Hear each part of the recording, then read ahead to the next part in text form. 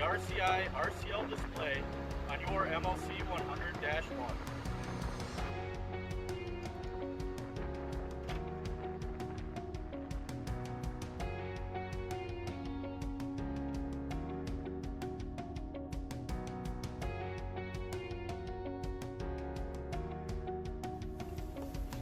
Once you are in the cab and have powered on the displays, you will be greeted by the confirmation screen. This allows you to confirm the current configuration, or you may choose to reconfigure your machine at this time. For this demonstration, we will choose to reconfigure our machine. Using either the jog dial or keypad on the screen, we can navigate to the red X icon and select OK. The next screens will lead us through the configuration process of our MLC100-1 step by step. Note: all information entered in this RCI RCL configuration was done solely for demonstration purposes.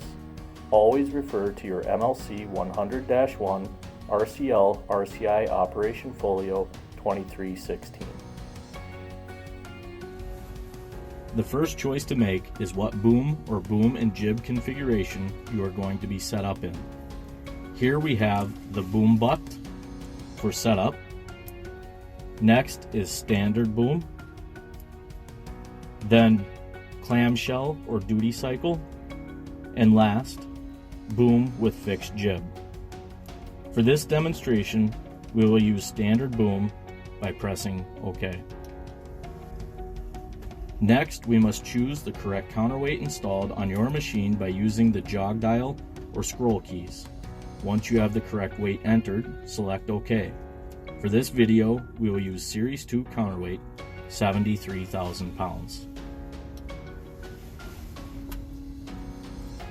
You will now be prompted to choose the boom length you installed on your machine.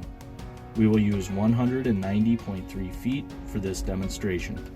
Again, using the jog dial or scroll keys, navigate to the length of boom desired and select OK.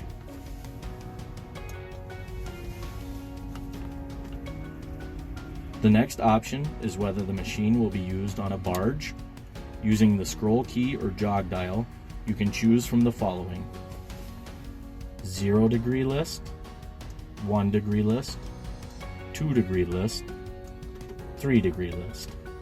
For this demonstration, we will turn off the barge using the no barge icon.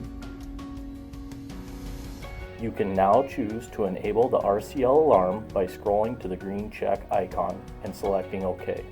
In this demonstration, we will turn on the limiter by selecting the green check.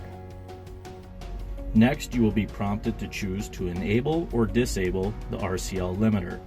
In this demonstration, we will turn on the limiter by selecting the green check. Note: if either the limiter or alarms are disabled during the configuration process, they will remain disabled only until the power is cycled. Both the limiter and alarms will be enabled the next time power is turned back on.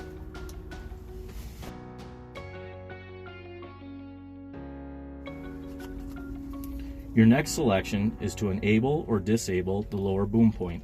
Depending on your machine setup and if you are running a line or lines over the lower point, you will choose your configuration accordingly. For this video, we will turn on the lower point by highlighting the 1 icon and selecting OK.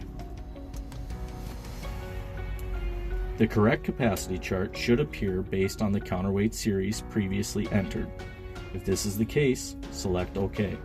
If it is not correct, use the jog dial or scroll keys to enter the correct capacity chart. Ours indicates the correct chart, so we will select OK. Once you have selected your capacity chart, you are required to enter deductions, if any, according to your setup and load chart being used. Our selected chart for this demonstration is 9705A. There are several deducts on this chart to consider. The configuration we have selected has an upper boom point installed. According to chart 9705A, you must deduct 600 pounds from the capacity when the upper boom point is installed and have a boom length longer than 62.3 feet, as stated in the chart. Scroll to the appropriate deduct amount and select Enter. This will deduct the entered weight from your maximum capacity and your selected load chart. Next, scroll to the desired drum icon for either single drum or 2 drums as appropriate for how you have your lower point rigged, and select OK. For this video, we will select single drum. The next choice we have is which drum we will configure over the lower point. If dual hooks or 2 drums were previously selected, you must perform this step for both drums. We will select drum 1. You will now be prompted to enter your selected drum's line pull. Always reference your wire rope chart for your MLC100-1 or the manufacturer's wire rope specification for the rope installed on the selected drum. We will select 27,600 pounds. Note, if dual hooks or 2 drums were selected, you must perform this step for both drums. The next selection is the parts of line you have reeved for your selected drum's wire rope. For this video, we will choose 4 parts of line. Again, you must do this for both drums if dual hooks or 2 drums were selected. We must now enter the required block weight for each hook being configured. We will enter 1,600 pounds for our selected drum. Your boom configuration for the lower point is now complete. Verify your capacity chart and configuration match your machine setup. If this is correct, select the green check mark to confirm. If it is incorrect, you may select the red X icon to start over. We will select the green check. Next, if you would like to configure the upper boom point, you would do this by selecting the 1 icon and repeating the same steps as previously demonstrated in this video. We will select the 0 icon, disabling the upper point. Your working screen will now be displayed. Once again, verify your chart and configuration are correct for the setup of your MLC100-1. The MLC100-1 sensor calibration was performed at the factory.